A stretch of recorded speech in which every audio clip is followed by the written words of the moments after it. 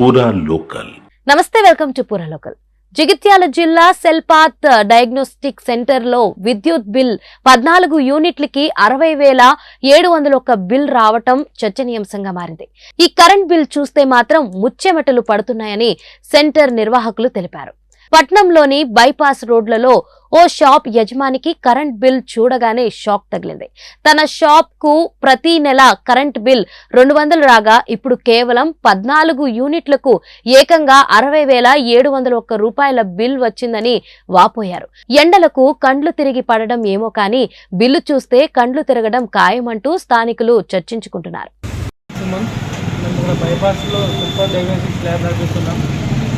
ఎప్పుడైనా మాకు ప్రతి నెల 200 చిల్లర వస్తుండే, కానీ ఏప్రిల్ మంత్లో 60,700 రూపాయలు రావడం జరిగింది. 14 యూనిట్లు ఎప్పుడు కాలుతుండే, కానీ కనీసం దీనికి 228 రూపాయలు ఎప్పుడు పడుతుండే, కానీ 60,700 పడడంతో మేము ఈ గారికి కంప్లీట్ ఇవ్వడం జరిగింది. కఠినంగా చర్య తీసుకున్నాం.